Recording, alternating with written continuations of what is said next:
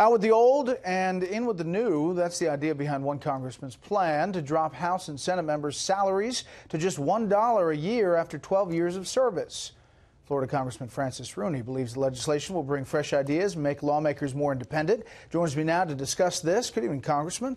Term limits without going through the constitutional amendment process. Everybody knows that it's going to be very difficult, if not impossible, to amend the Constitution. Yet there are 12 bills up just to do that with 90 sponsors. Now we can find out if those folks want to fish or cut bait. Why are you doing this? I'm doing this because I believe term limits are important. I believe the citizen legislator principle of Cincinnatus and Thomas Jefferson are what are important to our country, important values to our country.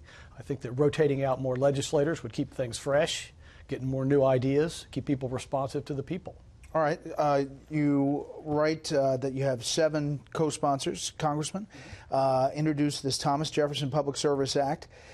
It means effectively putting term limits in place without amending the Constitution, reducing the salary of an elected member of Congress to $1 a year after they serve 6 consecutive terms in the House or 2 consecutive terms in the Senate. Here's Bill Nelson from Florida about working hard. I am now the ranking Democrat, and if we get the majority, we'll be the chairman. It takes time to work up through the seniority system. So I would think that that's particularly important to Florida. So what about that argument that it takes a while to know how to get around this place, and maybe this artificial cap is not the right cap? Well, first, I kind of resent the elitist paternalism that Senator Nelson and the Brookings Institute and some of these people say that the people that are elected by the people can't operate effectively for the people who elected them. That's what our country's built on, is an electoral republic.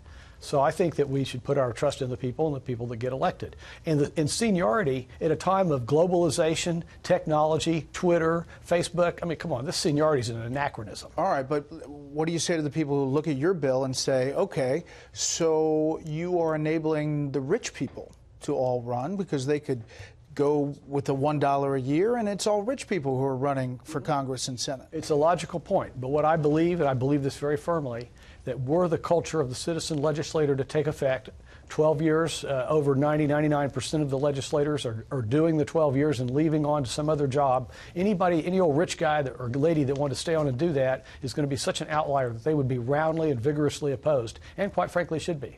Here's something from your leadership in the House and the Senate on this issue. I've watched states do it. Some it failed at and some it worked at. I think the most important term limit you have is at the ballot box. And we've got to show that we can actually work and solve the problems. I would say we have term limits now. They're called elections. And it will not be on the agenda in the Senate. Your reaction? Well, that's why 86% of the American people want them. And I'm a business guy, so I figure if 86% of my customers want something, my job is to figure out how to get it for them. So the prospects of moving this forward, what do you think they are? Well, I don't know. We're going to find out if people really want to fish or cut bait. I mean, there are 90 co-sponsors on the 12 term limit by amendment bills. The Freedom Caucus guys, a lot of them have talked about term limits, and several of them are my co-sponsors. A lot of freshmen have talked about term limits bills. Some of them are my co-sponsors. And then there's something called a term limit caucus. Let's see what they want to do. And you think that this bill, if it passed, could get through legally? Yeah, the bill people in the House researched it and said that Congress has the ability to set its own pay. So it's basically the effective practice of term limits without having to amend the Constitution. Congressman, we'll follow it closely, and thanks for coming in. Thanks for having me on, Brett.